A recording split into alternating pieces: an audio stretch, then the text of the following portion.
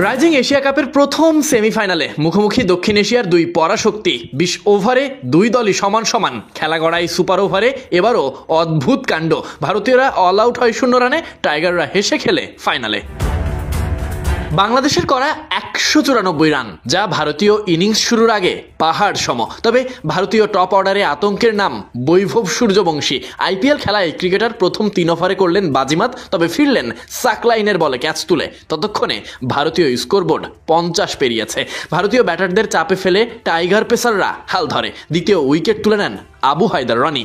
প্রিয়ান্স এর ইনিংস ততক্ষণে ভয় জাগিয়েছে, তবে তাকে ফেরালেন বাহাতি স্পিনার রাকিবুল। টালমাটাল ভারতীয় ব্যাটাররা, তবে লাগাম পেয়েছে টাইগাররা।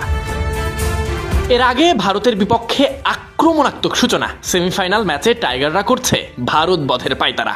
প্রথম বল থেকেই আত্মবিশ্বাসে টইটম্বুর বাঙালি ছেলেরা, ওদেরকেও দাওয়ায় রাখতে পারবে না। উইকেটে দুই ওপেনার হাবিবুর রহমান সোহান আর জিসান আলম, দুজনেই ব্যাট হাতে নেমেছিলেন আগ্রাসী মুডে। ভারতীয় বোলারদের তখন থেকেই খাপছাড়া লেগেছে। পাওয়ার প্লে শেষ হওয়ার আগে প্রতি ওভারে ১০ করে রান আসে, তবে ফিরতে হয় জিসান আলমকে।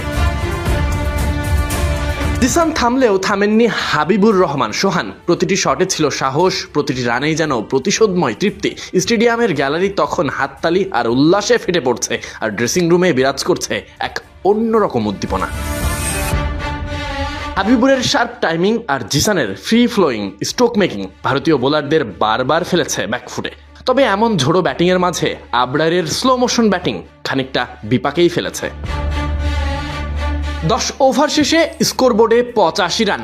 আবরারের জায়গায় তখন অধিনায়ক আকবর, তবে টিকে ছিলেন হাবিবুর রহমান সোহান। নিজের স্টাইলে অর্ধশতক পাওয়ার অপেক্ষায় এই ব্যাটার। বাংলাদেশ ততক্ষণে ১০০ পেরিয়েছে, ভারতীয় বোলাররা তখনও সঠিক লাইন লেন্থের খোঁজে।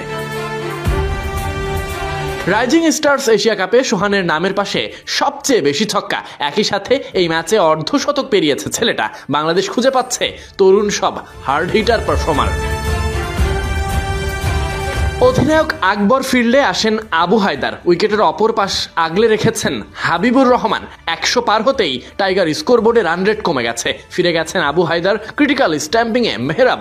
বাংলাদেশ তখন মাঝারি সংগ্রহের পথে গুটি গুটি পায়। আম্পায়ার্স রিভিউতে সুযোগ পেয়ে মেহরাবের ঘুরে দাঁড়ানো মারমুখী স্টাইলে। এদিকে শেষের দিকে যোগ্য সঙ্গী হলেন ইয়াসির আলী রাব্বি।